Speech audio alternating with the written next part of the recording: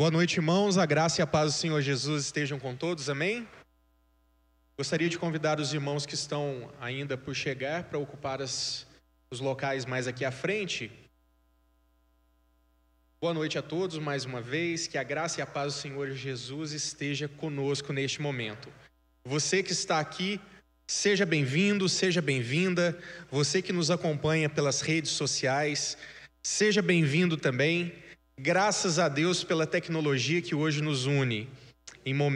Nesse momento de afastamento social, onde essa pandemia do coronavírus nos impõe um afastamento social, temos aqui em Pouso Alegre a graça de podermos recebê-lo no nosso templo com a observância de todos os cuidados e protocolos sanitários exigidos pelo Poder Executivo Municipal. Foi-nos liberado 43 assentos aqui na nossa igreja. Então, se você tem o desejo de vir, pode vir. Venha louvar e adorar a Deus conosco. Graças a Deus por isso. Graças a Deus que houve a pandemia, mas também houve uma solução provida pelo Senhor, que foi justamente a tecnologia que hoje nos une. Graças a Deus por isso. Irmãos, nós temos muito que orar e pedir a Deus para que Ele nos livre, que Ele livre nossos familiares, livre nossos amigos dessa peste tão terrível que foi classificada como uma pandemia, ou seja, está presente em vários continentes, talvez todos os continentes, né?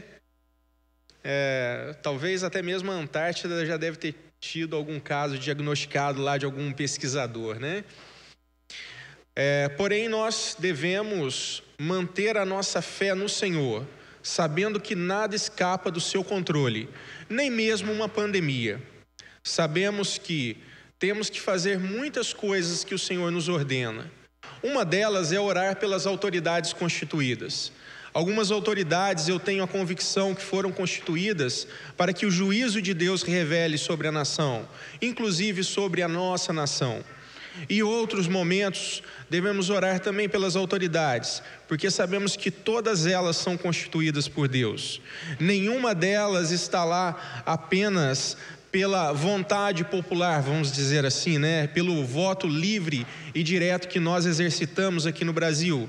Nós temos uma democracia em que os nossos governantes são eleitos pela maioria da população através do voto popular, mas sabemos que até nisso Deus está no controle de todas as coisas. E graças a Deus por isso, nada escapa do controle de Deus. E é nessa fé, na fé nesse Deus que nós podemos contar, que nós podemos fechar os nossos olhos, que nós podemos orar, que nós podemos pedir, que nós podemos agradecer. E quantos são os motivos que temos para agradecer?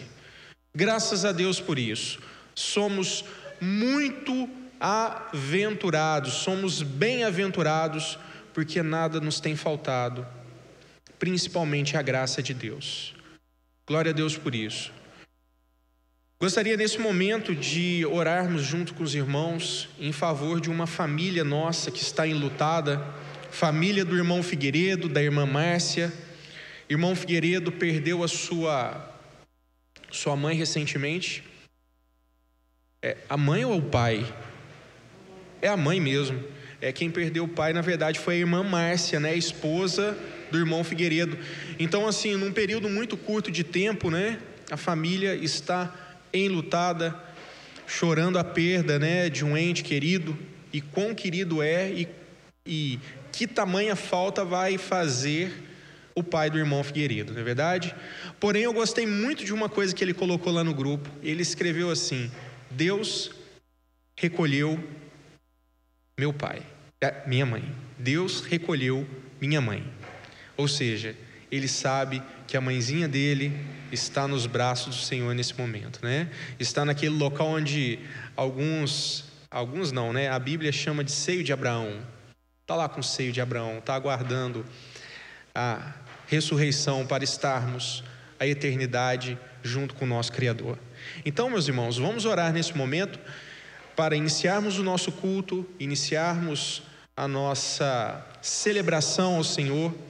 E desta forma, vamos orar agradecendo pelo culto e também pedindo que Deus abençoe os nossos irmãos que estão de luto nesse momento. Vamos orar? Maravilhoso Deus, bondoso e eterno Pai, graças te damos por mais esse dia que o Senhor nos concede, pela oportunidade de estarmos reunidos aqui na Igreja Batista Betel. Obrigado, Senhor, pelos irmãos que aqui se fazem presente, para poder louvar e engrandecer o nome do Senhor juntamente comigo. Obrigado, Senhor, porque eles se dispuseram a largar todos os afazeres, estar aqui reunidos como igreja, como noiva do Senhor, para bendizer e adorar o teu nome, que é santo.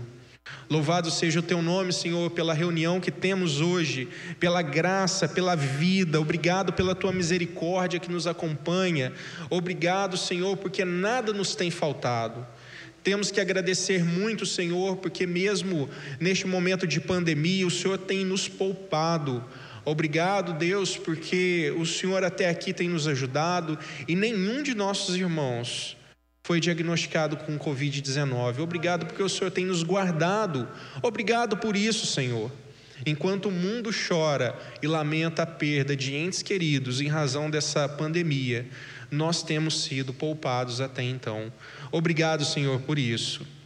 Deus, neste momento também colocamos a família do irmão Figueiredo em tuas mãos, colocamos, Senhor, os seus familiares lá no Rio de Janeiro, colocamos, Senhor, todos aqueles que ficaram.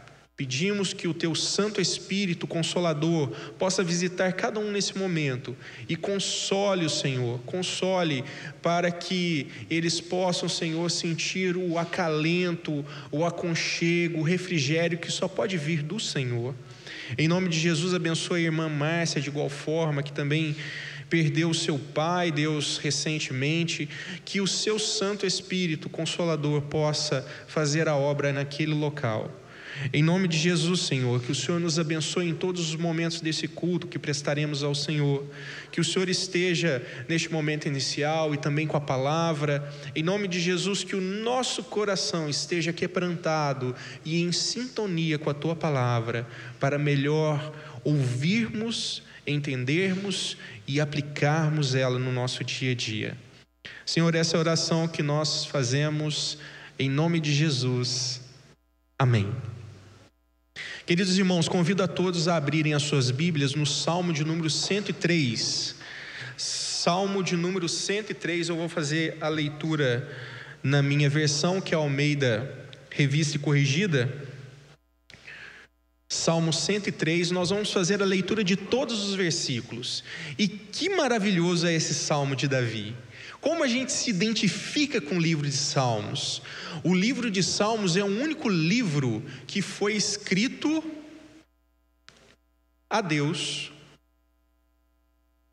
O restante da Bíblia é escrito ao homem. Mas aqui o processo é inverso, é o homem louvando a Deus. E olha que interessante que fala a palavra do Senhor. Diz assim, todos já abriram?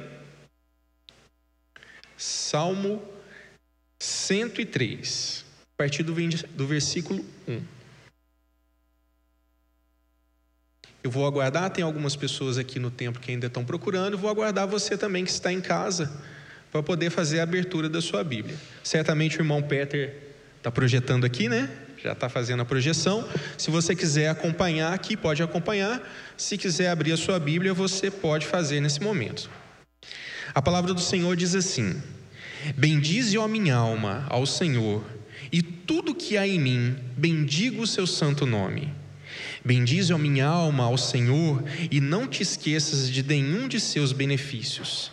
Ele é quem perdoa todas as suas iniquidades e sara todas as suas enfermidades.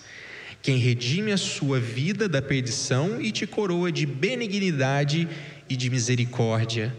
Quem enche a sua boca de bens e de sorte que a sua mocidade se renova como a águia. O Senhor faz justiça e juízo a todos os oprimidos. Faz notórios os seus caminhos a Moisés e aos seus feitos, aos filhos de Israel. Misericordioso e piedoso é o Senhor, longânimo e grande em benignidade. Não repreenderá perpetuamente, nem para sempre conservará a sua ira. Não nos tratou segundo os nossos pecados, nem nos retribuiu segundo as nossas iniquidades. Graças a Deus por isso, né? Vou ler de novo. Não nos tratou segundo o nosso pecado, nem nos retribuiu segundo as nossas iniquidades. Ai de nós se Ele fizesse isso, né? Graças a Deus que Ele não faz. Pois quanto o céu está elevado acima da terra, assim é grande a sua misericórdia para com os que o temem. Quando está longe o Oriente do Ocidente, assim afasta de nós as nossas transgressões. Como um pai se compadece dos seus filhos, assim o Senhor se compadece daqueles que o temem. Pois Ele conhece a nossa estrutura, lembra-se de que somos pó. Porventura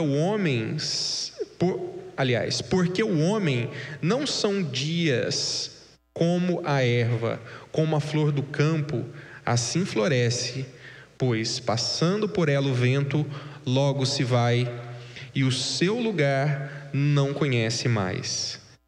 A misericórdia do Senhor é de eternidade a eternidade sobre aqueles que o temem, e a sua justiça sobre o filho dos seus filhos. Vou ler novamente o versículo 17. Mas a misericórdia do Senhor é de eternidade a eternidade sobre aqueles que o temem, e a sua justiça sobre o filho dos seus filhos, sobre aqueles que guardam o seu conserto, sobre os que se lembram dos seus mandamentos para os cumprirem. O Senhor tem estabelecido o seu trono no céu, e o seu reino domina sobre tudo. Bendizei ao Senhor, anjos seus, magníficos em poder, que cumpris as suas ordens, obedecendo à voz da sua palavra. Bendizei ao Senhor todos os seus exércitos, vós, ministros seus, que executais o seu beneplácito. Bendizei ao Senhor todas as suas obras, em todos os lugares do seu domínio. Bendize a minha alma ao Senhor. Que salmo lindo, né? Que coisa maravilhosa. O salmista Davi, realmente inspirado pelo Senhor, inspirado pelo Espírito Santo, escreveu esse lindo poema que se transforma hoje na nossa expressão de adoração ao Senhor. Hoje não louvaremos ao Senhor com música, mas podemos louvar ao Senhor com esse salmo que Davi escreveu, amém? Nesse momento então eu já encerro a minha parte aqui. Eu vou chamar o pastor Carlinhos, né, para poder nos trazer uma palavra abençoada que certamente edificará a nós e a você também que está aí em casa. Que Deus abençoe, pastor Carlinhos, a palavra está contigo. Amém.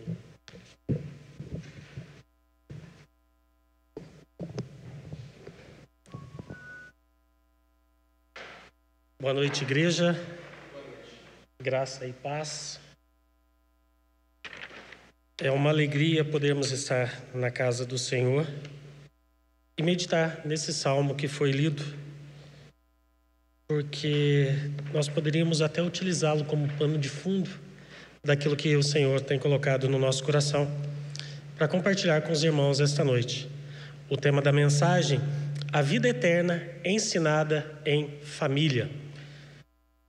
Não é incomum, principalmente nesse momento de pandemia, os pais sofrerem algumas atrocidades junto aos filhos por ocasião da dificuldade de não acompanhar aquilo que é lecionado a eles, de ter aquela dificuldade de se recordar de situações do passado, quando nós ainda frequentávamos ali os bancos da escola nos anos primários, principalmente diante de tanta situação que evoluiu. É triste isso, mas às vezes nós acabamos também transferindo o ensinamento bíblico para a igreja. Esquecemos de, enquanto pais, nos atermos a essa necessidade de compartilharmos em família sobre os ensinamentos do Senhor. Você que está com a sua Bíblia, é um versículo bastante conhecido, mas bastante conhecido mesmo. Eu peço para os irmãos abrirem em João 3,16.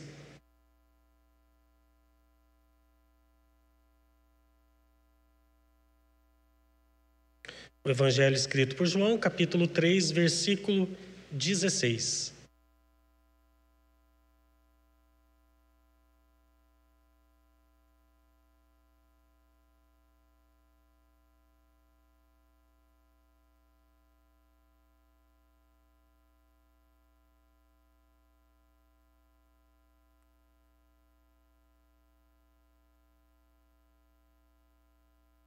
Diz assim o texto sagrado: porque Deus amou o mundo de tal maneira que deu seu Filho unigênito para que todo aquele que nele crê não pereça, mas tenha a vida eterna. Senhor nosso Deus e Pai, nós louvamos a Ti pelo dom da vida, Te louvamos por estas portas abertas, Te louvamos pela vida dos irmãos que se encontram aqui conosco no templo e Te agradecemos por aqueles que nos assistem através das redes sociais. Pedimos que o Teu Espírito Santo venha trazer entendimento ao nosso entendimento, para que possamos, Deus, movidos pelo Teu Espírito, compartilhar aquilo que o Senhor tem nos colocado no coração. Nossa oração é feita no nome precioso de Jesus e neste nome nós o agradecemos. Amém. Como vocês percebem que o versículo ele começa com um porquê, ou seja, um motivo. O motivo de Deus ter amado o mundo. Deus amou tanto o mundo, Deus gostou tanto deste mundo, que deu o seu Filho unigênito. Então a gente precisa entender algumas coisas. Por que Deus amou o mundo? Porque o mundo é o palco em que Deus cumpre seus propósitos de redenção. Esqueci o nome do irmão. O irmão Otomar, que abriu aqui o culto,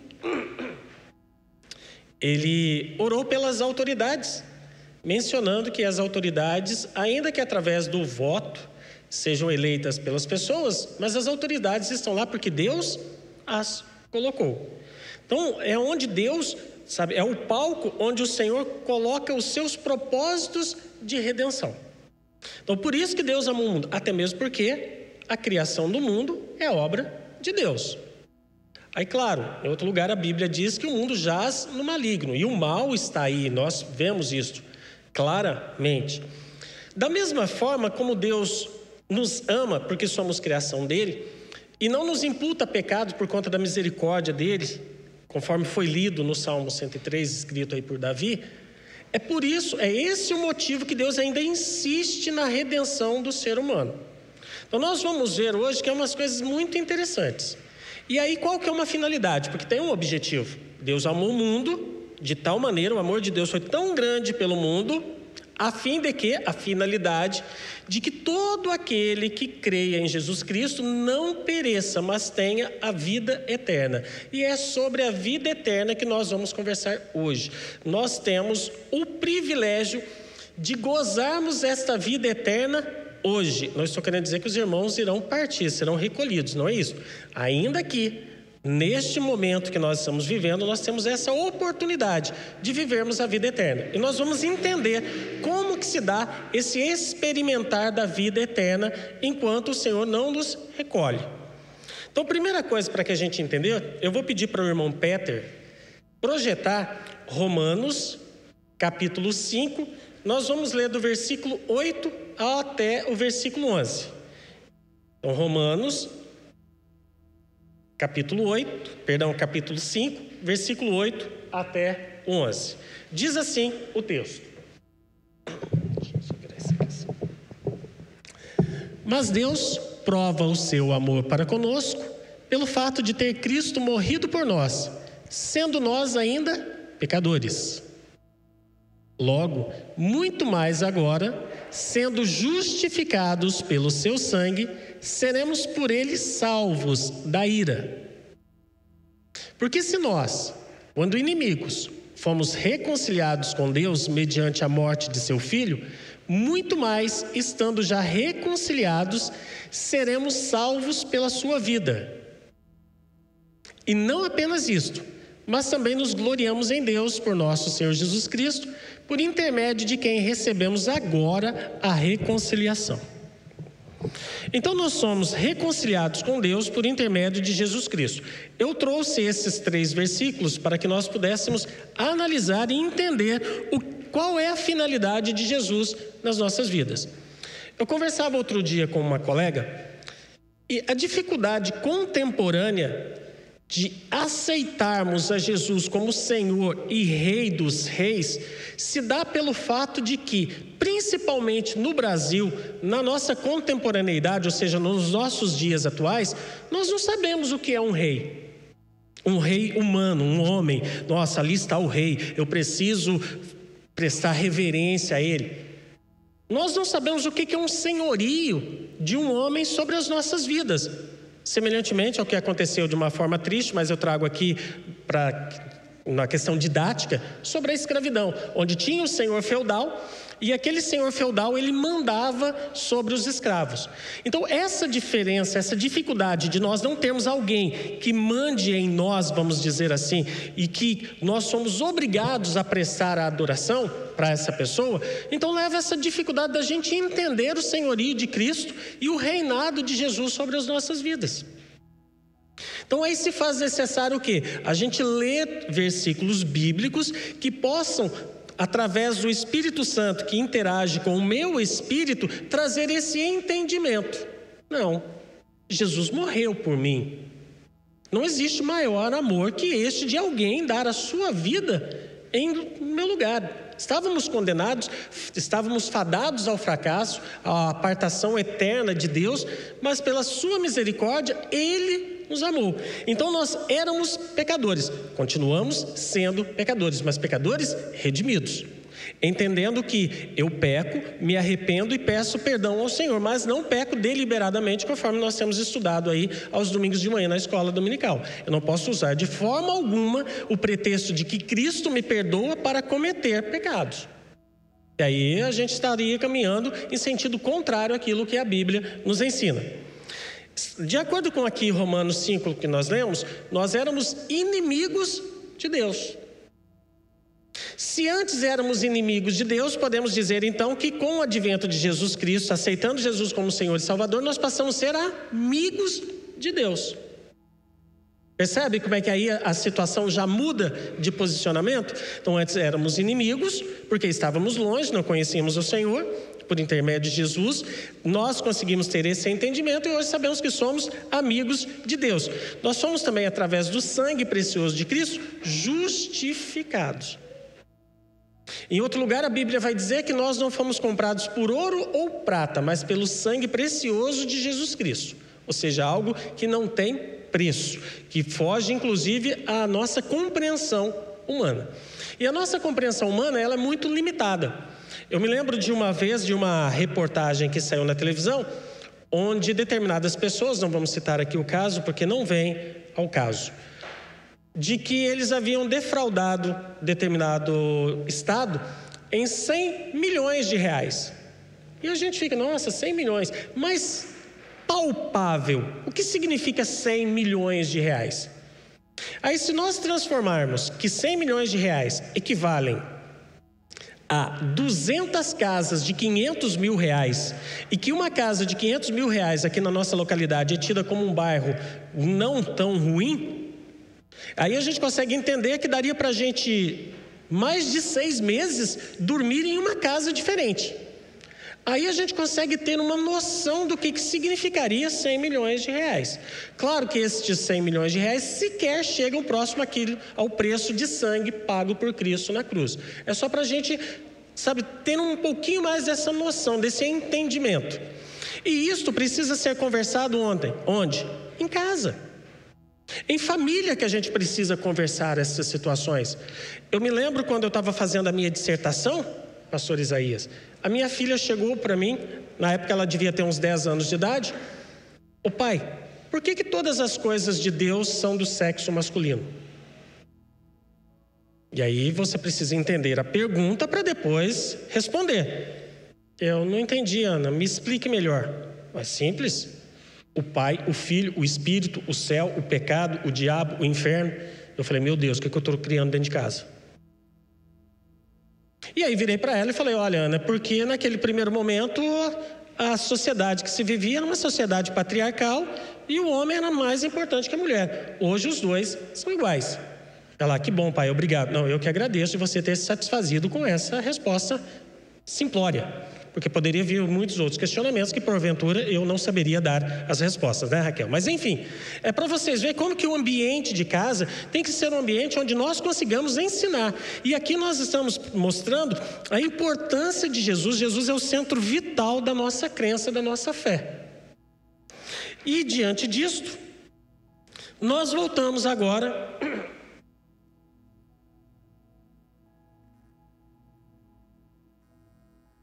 para João 3,16.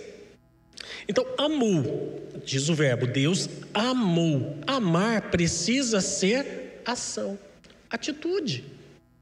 Não adianta simplesmente. E hoje o negócio está tão complicado, né? Que é eu te amo daqui, eu te amo dali, eu te amo, eu te amo, eu te amo, eu te amo. Mas não se tem atitudes sólidas que concretizem esse amor. Quer seja um homem dizendo para a esposa ou vice-versa, ou os pais com relação aos filhos.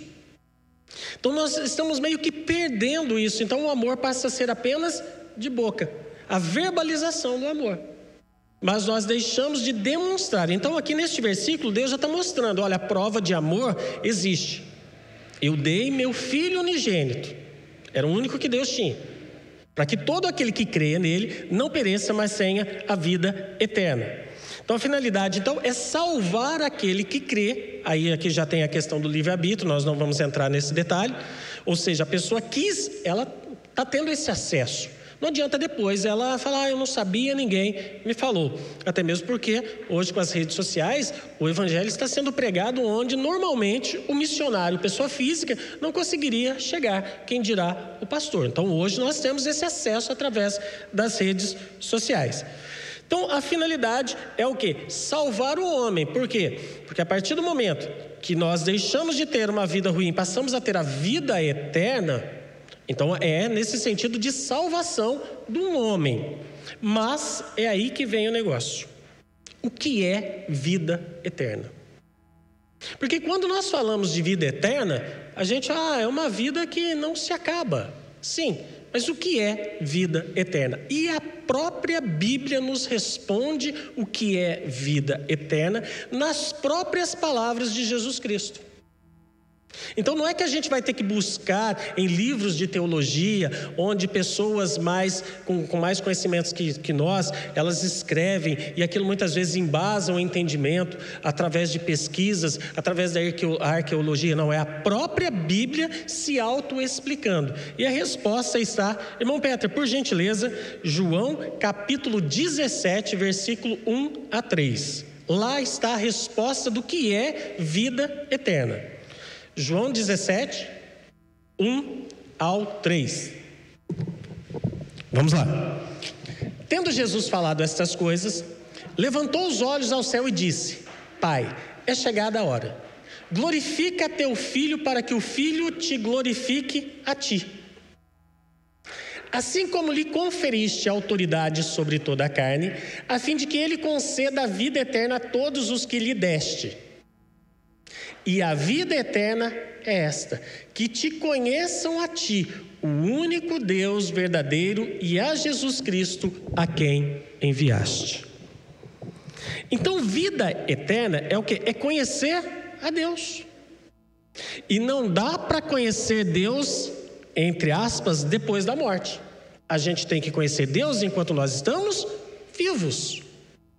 Então, a vida eterna, ela é esse conhecer. É como se a gente brincasse com as palavras com e ser. Então, com, próximo a Deus, eu me torno semelhante, não vou ser Deus, mas semelhante às atitudes dele.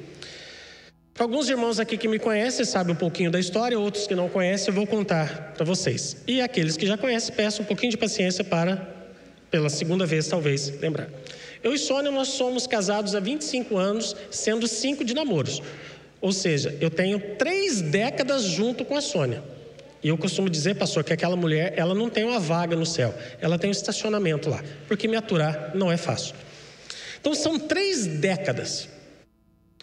E muitas vezes eu me pego falando coisas que a Sônia falaria e pego Sônia falando coisas que eu falaria. Porque é tanto tempo juntos que um começa a utilizar palavras que o outro utiliza. Então é como se eu conhecesse tanto Sônia, que ao andar junto com ela, ao ficar muito tempo com ela, eu quase que me torno ela, falando. A mesma coisa se dá com relação a Deus. Nós precisamos passar tanto tempo com o Senhor, que semelhantemente, quando Pedro, numa das 3 vezes que negou Cristo, e as pessoas que ali estavam disseram, o teu jeito de falar te denuncia, ou em outro lugar onde a passagem bíblica fala, estes verdadeiramente estiveram com Jesus, é neste sentido que nós precisamos também estarmos tão próximos de Deus, que as pessoas possam verdadeiramente ver em nós o brilho do Senhor. Então quando Jesus está falando, é justamente isso, olha, a vida eterna é que as pessoas te conheçam, Senhor, como o único e verdadeiro Deus. Se existe único e verdadeiro Deus, por aí existem falsos deuses. Então essas questões que nós estamos levantando precisam ser conversadas com os filhos em casa, em uma linguagem acessível a eles. Então por isso que eu falei, a vida eterna, que é o tema da mensagem, ensinada em família. Mas muitas vezes nós precisamos ensinar com as nossas atitudes. Então vida eterna, eu coloquei aqui, não é imortalidade. Jesus morreu, mas ressuscitou. É como se a gente dormisse aqui e acordasse no outro endereço. Então a vida eterna é justamente dessa forma. Nós, conforme o salmo que o irmão leu, nós vamos passar a eternidade com o Senhor. Vida eterna não é prosperidade, que tem muitas linhas aí que pregam a teoria da prosperidade. Jesus não deixou bens. Jesus nasceu em um lugar humilde. Então, na maioria das vezes, as pessoas vêm à igreja em virtude do quê? Da teoria da prosperidade. Ou seja, atuam como se fosse um agiota para com Deus. Olha, Senhor, eu vou te dar 100 e quero 10 vezes mais, 100 vezes mais, 30 vezes mais, 60 vezes mais. Isso é agiotagem gospel. Então, nós precisamos tomar cuidado com aquilo que os nossos filhos ouvem, com aquilo que eles veem, e nós precisamos trazer um embasamento bíblico com relação a isso. Vida eterna também não é religiosidade. O Tiago traz ali a definição de religião. A verdadeira religião para com Deus é você manter-se incontaminado no mundo, visitando as viúvas e órfãos nas suas necessidades. Porque era um período de lutas, onde os esposos iam para as guerras e muitos desses esposos não retornavam por conta das batalhas. Então tinham muitas viúvas e muitos órfãos, muitos filhos sem os pais, os quais faleciam durante as guerras. Então aí a religião é o quê? É cuidar desse povo. Mas não é religiosidade. O que seria a religiosidade? São os rituais que muitas vezes nós presenciamos por aí. E Jesus, a começar pela graça, a multiforme graça de Deus, ou seja, não tem uma forma. É como se, hipoteticamente, nós pegássemos a água e colocássemos a água num copo, ou colocássemos em uma outra vasilha. Essa água vai tomar a forma daquele recipiente a qual está acondicionando essa água. E a graça de Deus, ela se revela de inúmeras maneiras. Mas nós queremos, muitas vezes, colocar como se fosse um método para aprender sobre essa graça. E não é assim que funciona. Jesus curou o cego, muitas vezes falando com ele, a tua fé te salvou. Jesus curou o cego fazendo lodo com a sua própria saliva, com a terra e colocando ali. Então não tinha tem que fazer assim, assim, assim, assado. Não. A própria oração que o Senhor nos deixou do Pai Nosso é uma oração modelo. Então Jesus veio justamente para combater os religiosos daquela época, que eles não entravam e não deixavam as pessoas entrarem. Então nós, com esse entendimento, com essa compreensão, aí fica muito mais fácil nós entendermos o que vem a ser essa vida com o Senhor, de conhecer o Senhor. E ainda assim, dois discípulos de Jesus, João e Pedro, quando eles não foram bem aceitos numa das cidades dos samaritanos, os dois viram ali: Senhor, conversando com Jesus, quer que a gente pede para descer fogo do céu e consome esse povo? Religiosos. Não haviam entendido nada sobre aquela graça que eles estavam experimentando ao lado do Criador. Vida eterna também não é facilidade. Porque as pessoas pensam: agora vou ser um super crente, não vou ter lutas, não vou ter mais dificuldades nenhuma. Estou na igreja, pronto, basta. Não. Jesus disse: no mundo tereis aflições, mas tem de bom ânimo, eu venci o mundo. Então, esta questão de nós experimentarmos essa vida eterna é justamente neste sentido todo. De nós conseguirmos compreender o que Jesus veio fazer, o que Ele nos ensinou e o que nós estamos fazendo com aquilo que Jesus nos ensinou. Na maioria das situações, nós esquecemos de agradecer a Deus, e situações estas, muitas vezes a nossos próprios olhos, não vistas de uma forma boa. O exemplo, este momento pandêmico que nós estamos enfrentando. Mas até nisto Deus tem se revelado gracioso. Conforme o irmão mesmo orou aqui, o Senhor tem nos poupado dessa terrível doença. E é pela graça dele. Não adianta a gente pensar: claro, os irmãos estão de máscaras, ali tem o álcool em gel, há um distanciamento social, a igreja está observando todo o regramento, principalmente aqui no âmbito municipal que foi instituído. Mas é o Senhor quem nos guarda. É o Senhor quem nos protege. A Bíblia diz: 1000 cairão ao teu lado, 10.000 à tua direita, mas tu não serás atingido. Então essas situações levam-nos a acreditar que Deus continua sendo Deus, a despeito desses milhares de anos diante do que nós lemos aí no Salmo 103, o qual foi escrito, e do que nós estamos falando aqui em João, quando João escreveu os evangelhos. Então, vida eterna é um relacionamento com Deus por intermédio de Jesus Cristo. Jesus falou ali: quem vê a mim, vê o Pai. Por isso a importância de nós lermos a Bíblia. Por quê? Porque na Bíblia que está escrito sobre os feitos de Cristo, na Bíblia que está escrito sobre os feitos de Deus, na Bíblia que está escrito sobre os feitos humanos. E as pessoas muitas vezes querem encontrar contradições bíblicas, mas, por exemplo, o Salmo 103 que foi escrito por Davi. Davi tinha crime sobre os seus ombros, na questão ali do adultério com Betseba e da morte de Urias. Podia-se muito bem: não, vamos esconder isso, não vamos falar não, Davi é um homem segundo o coração de Deus, não vamos mencionar essas coisas ruins que Davi fez. Mas não, está ali justamente para mostrar que Davi era um homem semelhantemente a nós.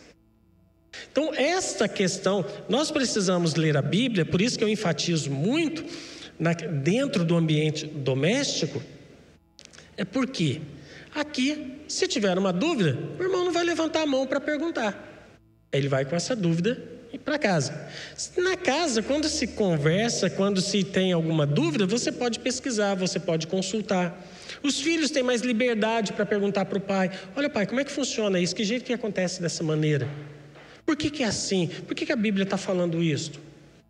Então nós temos que aproveitar esse momento que nós estamos enfrentando e gastar tempo com os nossos filhos, mas tempo com sabedoria. Tem uma situação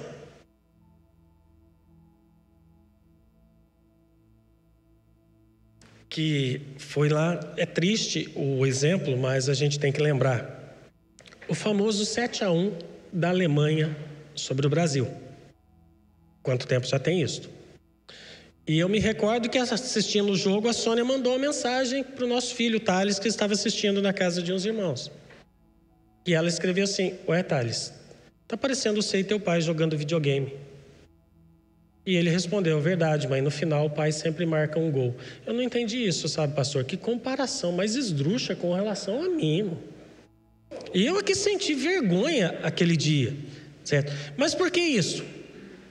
Porque eu aprendi a jogar videogame para passar tempo com meu filho. Eu aprendi a jogar videogame para estar tempo de qualidade com ele, porque ele estava entrando na adolescência e ainda achava que eu ia ganhar. No começo, Raquel até ganhava, depois não mais.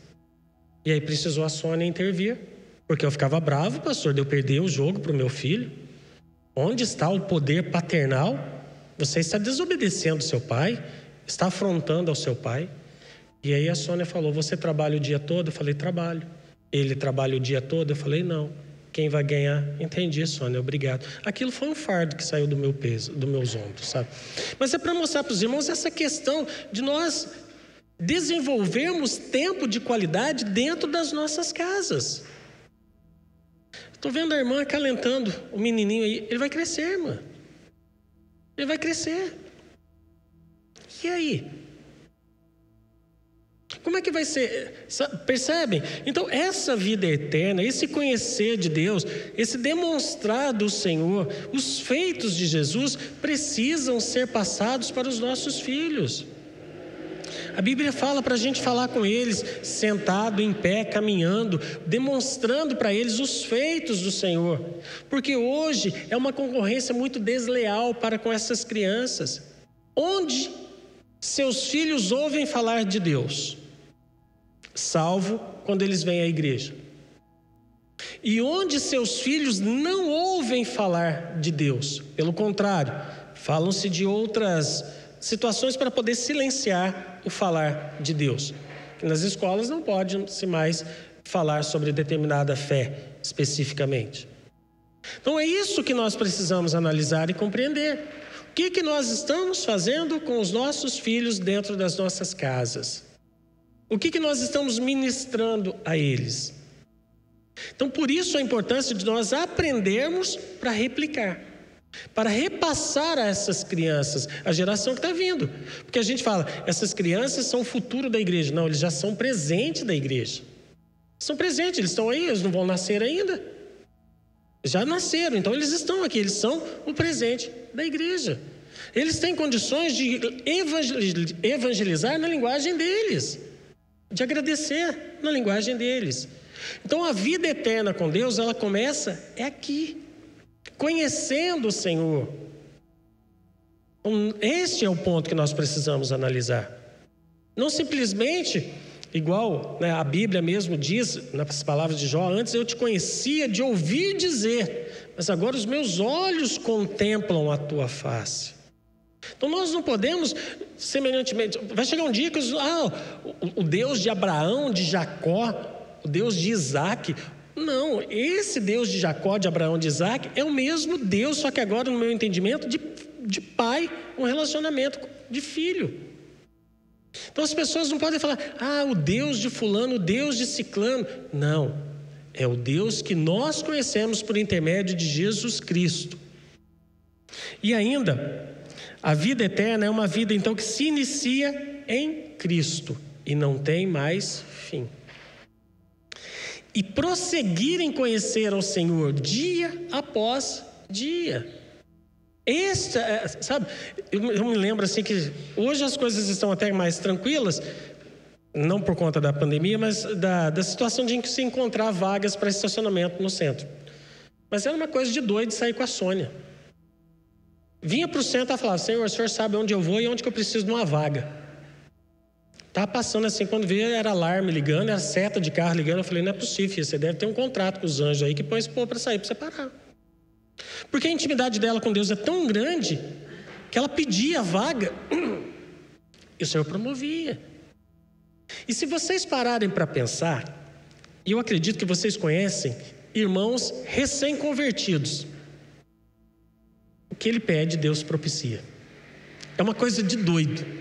Uma coisa de doido. O carinho de Deus é tão grande pelo novo convertido que o que ele pede, Deus proporciona com a maior facilidade. Aí depois a gente vai crescendo um pouquinho e aí a gente deixa talvez de acreditar com tanta fidelidade ao que a Bíblia nos relata. Talvez por isso que as bênçãos demoram um pouquinho mais de chegar. Outro dia, conversava com o irmão lá na prefeitura onde eu trabalho, e ele falando que em determinado lugar já se fazia 6 meses que não chovia.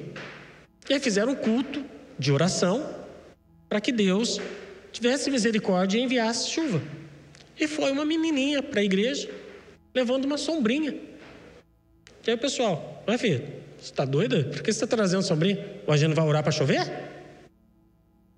Percebe a diferença? Ou seja, uma criança muitas vezes precisa ensinar aos adultos o que é fé.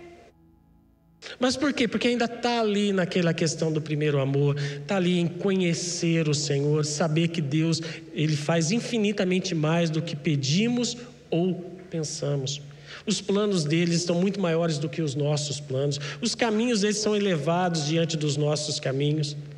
Mas nós queremos entender Deus. E para entender Deus, a gente precisa caminhar junto. Caminhar junto com Deus é ter a vida eterna, aqui no presente momento. Não é esperar passarmos para a glória, sermos recolhidos conforme foi a mãe do irmão, o irmão Figueiredo, para desfrutarmos, lógico, conforme o irmão mesmo disse, está lá no seio de Abraão, está do lado do Senhor. Não é esperar esse momento para a gente desfrutar. Ali, claro, nós vamos desfrutar sem nenhuma reserva. Porque até mesmo quando a gente vem na igreja, voltando aqui à questão da religiosidade, a gente fica meio temeroso, né? Será que eu posso levantar a mão? Mas se levantar a mão, o que o irmão vai pensar de mim? Será que eu posso bater palma? Então a gente fica cheio de reservas, Outro dia eu conversava com a Ana Clara, nossa filha tem 16 anos. Ô Ana, que saudade do tempo que eu chegava para almoçar e você escutava o carro chegar, você já ia correndo lá no portão encontrar comigo e pulava no meu pescoço, sem reserva nenhuma. Não se preocupava com o que o vizinho ia pensar, nada. Agora hoje, mas se eu correr ao encontro do meu pai, abraçar ele, o que as pessoas irão pensar? Analogamente, nós muitas vezes também agimos dessa forma dentro da igreja. Mas será que não vai pensar que eu estou querendo me aparecer? Será que não vai pensar de outra forma? Então a vida eterna, amados, é nós conhecermos ao Senhor. E para conhecermos ao Senhor, minha avó falava que para você conhecer uma pessoa, você precisa comer uma saca de sal juntos. Não é que vai pegar uma saca de sal ali de 60 quilos, sentar, vamos lá, vai. 30 quilos para você, 30 para mim, vamos ver quem ganha. Não é isso.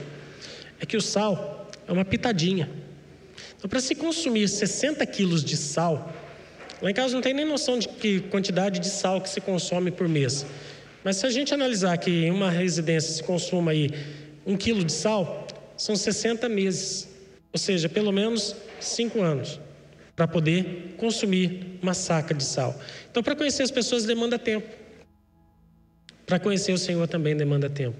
Então nós precisamos passar tempo, mas tempo de qualidade com o Senhor. Reservar ali.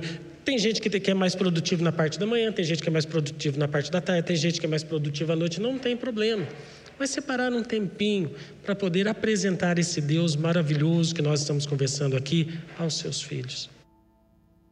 Porque a Bíblia diz, instrui a criança no caminho que deve andar, mesmo depois de grande ela não se desviará dele. Então é o momento de nós falarmos do amor de Deus, é o momento de nós pregarmos o amor de Deus dentro da nossa casa. Instruir, fortalecê-los. E aí sim, nós vamos desfrutar dessa vida eterna, conhecendo a Deus por intermédio de Jesus Cristo, o seu único Filho. Senhor, obrigado, Pai, pela Tua palavra. Obrigado, Senhor, porque nós temos a Bíblia. Obrigado, Senhor, porque esta Bíblia está repleta de exemplos de pessoas que verdadeiramente passaram a caminhar contigo, Senhor. E nossa oração, Pai, é que as muralhas do nosso coração possam cair por terra. Muitas vezes, Deus, nós queremos conhecer o Senhor de uma forma racional. Queremos buscar explicações para Ti. Ó Deus, é a criatura querendo conhecer o Criador que a formou. A natureza declara, proclama as obras das Tuas mãos. Nós temos vistos, através, Deus, do Teu agir, através do sol, através do dia que começa. nós temos visto através da Tua proteção, Pai. Obrigado, Deus, porque nós não somos melhores do que ninguém, mas o Senhor nos ama incondicionalmente. E a prova disto é o envio do Teu Filho amado, para que todo aquele que creia em Cristo Jesus não pereça, Pai, pelo contrário, tenha vida eterna. E a vida eterna é te conhecer por intermédio de Jesus. Que possamos, Deus, dia após dia, prosseguir em te conhecer. Em nome de Jesus. Amém. Pastor, irmão.